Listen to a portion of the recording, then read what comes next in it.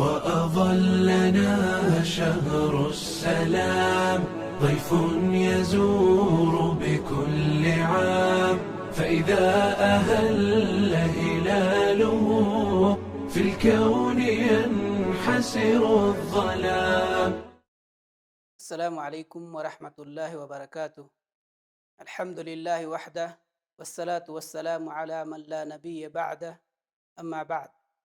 محترم ناظرین، آج کی اس درس کا موضوع ہے روزے کی فضیلت. اللہ رب العالمین کا ارشاد ہے، یا ایہا الذین آمنوا کتب علیکم الصیام کما کتب علی الذین من قبلکم لعلکم تتقون. اے ایمان والو، تم پر روزے فرض کیے گئے ہیں جیسے تم سے پہلے لوگوں پر فرض کیے گئے تھے تاکہ تم پرہیزگار بن جاؤ. نبی کریم صلی اللہ علیہ وسلم نے روزے کی فضیلت بیان کرتے ہوئے ارشاد فرمایا، من صام رمضان ایمانا واحتسابا غفر له ما تقدم من ذنبه. جس نے بحالت ایمان ثواب کی نیت سے رمضان کے روزے رکھے اس کے سابقہ گناہ معاف کر دیے جاتے ہیں.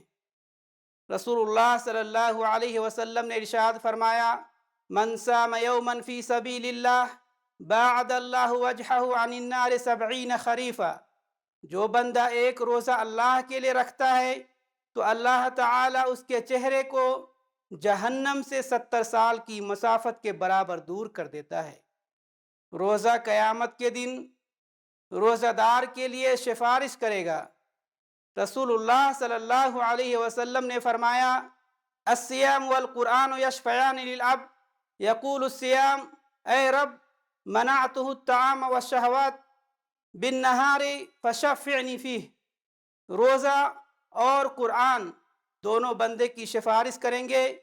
روزہ عرض کرے گا، اے میرے پروردگار، میں نے اس بندے کو کھانے پینے اور خواہشات نفس سے روکے رکھا، آج میری سفارش اس کے حق میں قبول فرما.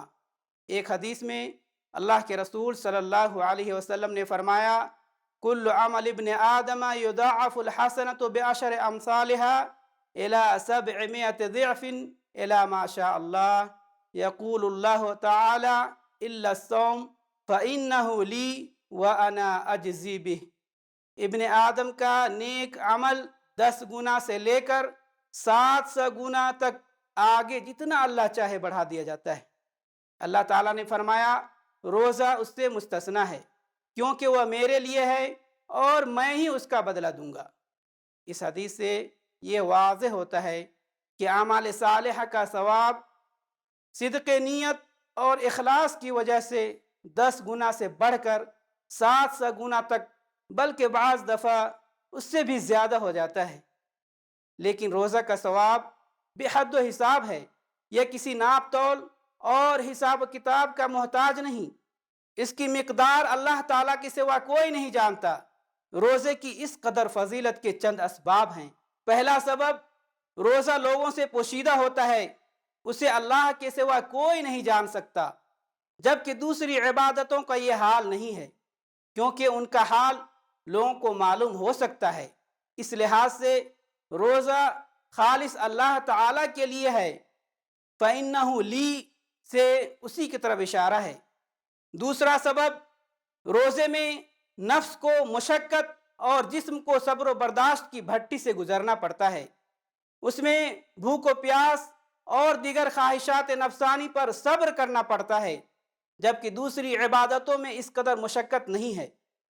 تیسرا سبب، روزہ میں ریاکاری کا عمل دخل نہیں ہوتا، جبکہ دوسری ظاہری عبادات مثلا نماز، حج اور زکوٰۃ وغیرہ میں ریاکاری کا شائبہ ہو سکتا ہے.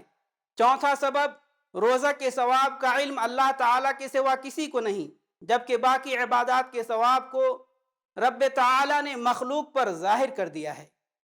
پانچواں سبب، روزہ ایسی عبادت ہے جسے اللہ کے سوا کوئی نہیں جان سکتا، حتیٰ کہ فرشتے بھی معلوم نہیں کر سکتے.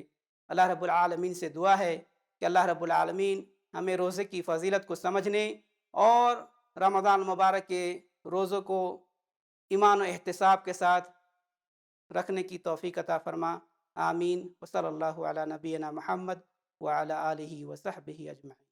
وأظلنا شهر السلام ضيف يزور بكل عام، فإذا أهل هلاله في الكون ينحسر الظلام، في الكون ينحسر الظلام، ونفوس